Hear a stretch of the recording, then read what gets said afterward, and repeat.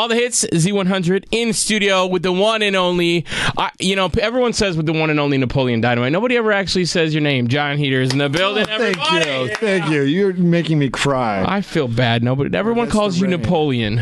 Well, you know what? It's understandable because people nowadays, they drink so much caffeine, their memory is just deteriorating.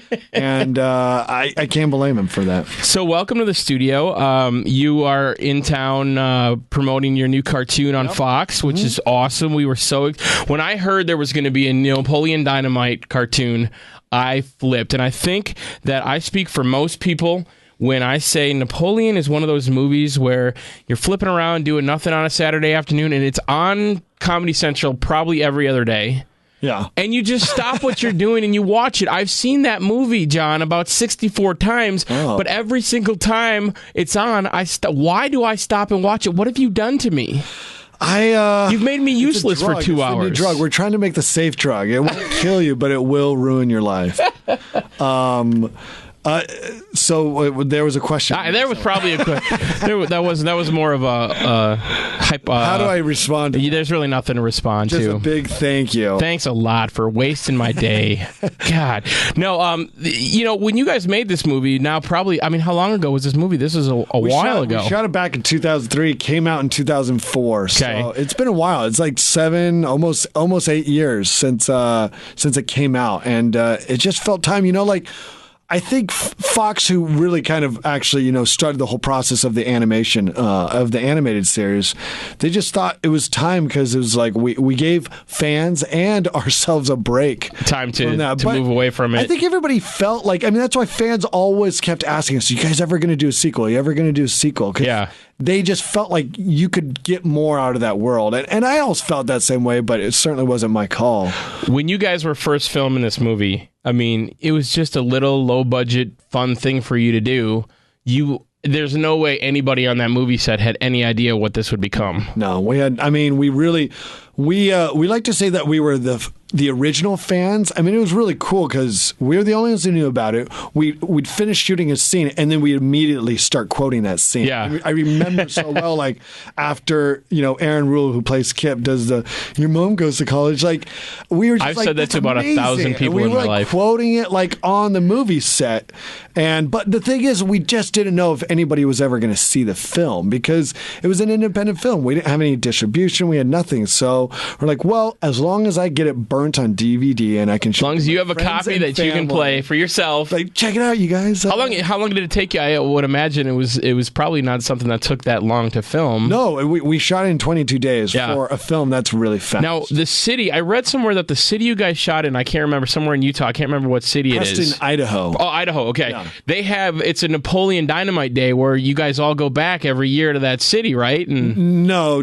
Well, I think they only did it for a couple of years, and it was just it was a Napoleon Dynamite festival, and they would have. I haven't been back since shooting the movie. I don't think they could afford to. Oh, so they didn't bring you back. My appearance fee was look, it was my fault. I was new in the business. I set my appearance fee at $500,000. Oh, that's appearance. Nobody wanted to pay that. That's a little much. Crazy. That's a little much because that's like 9 times how much it costs to make the entire film. Exactly, but it was worth it, wasn't it? But apparently Preston doesn't think so.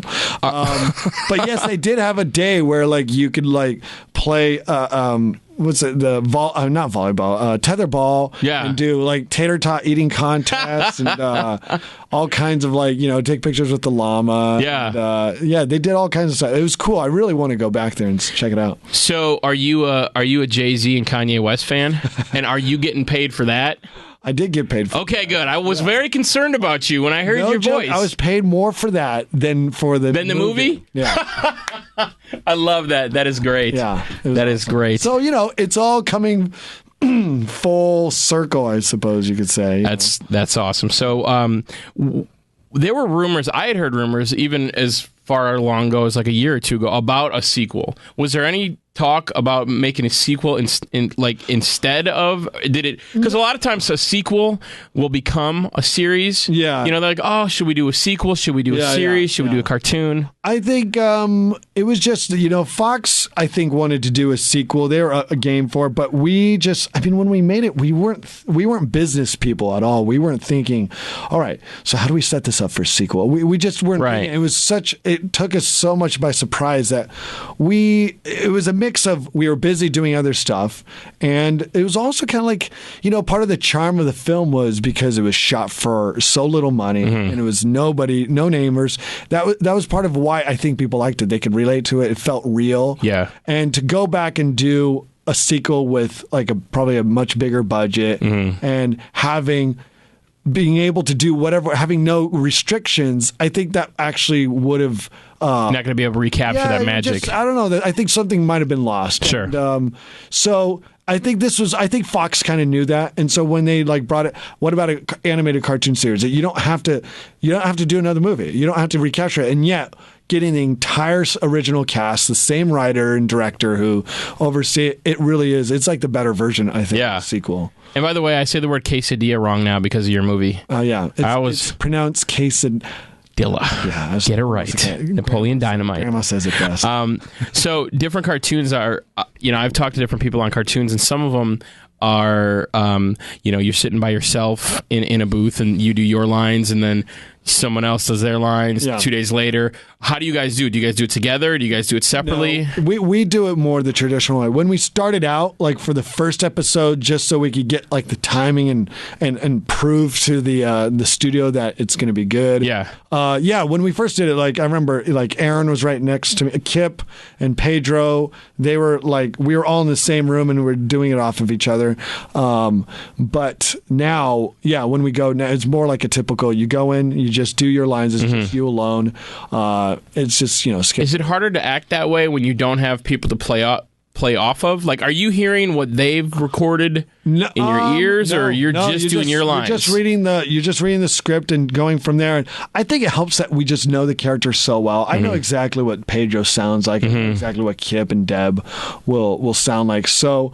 And that's also kind of sometimes it won't work. Sometimes you record it and then the timing is a little off or it's not the same feeling. So you'll come back. But again, that's the beauty of recording. You just come back another day. Yeah. All right, just jump in here, record a few lines. All right, peace out. And you don't have to do makeup. You don't have to do costumes. Yeah. Except when they want to do publicity and they're like, all right, you're going to come in, but got to get makeup up because we're going to videotape the whole thing. Oh, so they tape some because I've seen they want to put it in the special features. Well, they also wanted to prove. I saw the promo that ran forever on Fox with you guys, when they were kind of emphasizing that everybody in the original cast was back into this thing, and they showed you guys. So they don't normally every day film this thing. No, they don't. But they like to get there behind the scenes. It's what's the point? They film my radio show every day, 4 hours a day. I'm supposed to be picking my nose. These cameras are always in here. It's awkward when I'm not interviewing anybody because they just sit there. It's just on you.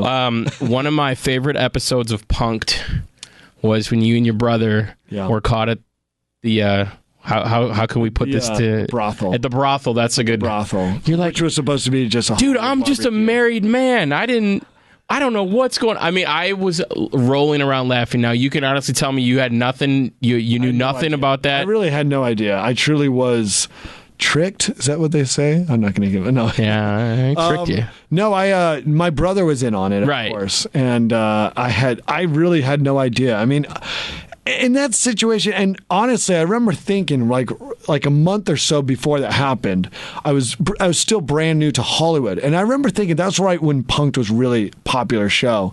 I was like, do I need to worry about this? And I honestly thought, no, I don't, because I'm not big. I'm not like a star or anything like that. I mean, there's no way they would do that. And hey, if they got Jack Osborne, I mean, well, they're clearly scraping the bottom of the bucket when they came to me. But so that's why, I mean, it was a little bit of that, and I just didn't think, and I'd never been in a situation like that, so I was really out of my element. Yeah, you seemed very nervous. You turned... Like, oh, crap. And all I remember in my head was like, okay, what's the worst that can happen? I was like pumping myself out. What's the worst that can happen? I'll spend one night in jail, and my agents, the only legal kind of representation. They're kind of lawyers. They're kind of lawyers. They can come in and say, look, we can vouch for this guy. He's a good guy. He didn't do anything. I was like, I know I didn't do anything. My conscience is clear. Yeah. But were you more worried about your public perception or what your wife was going to think?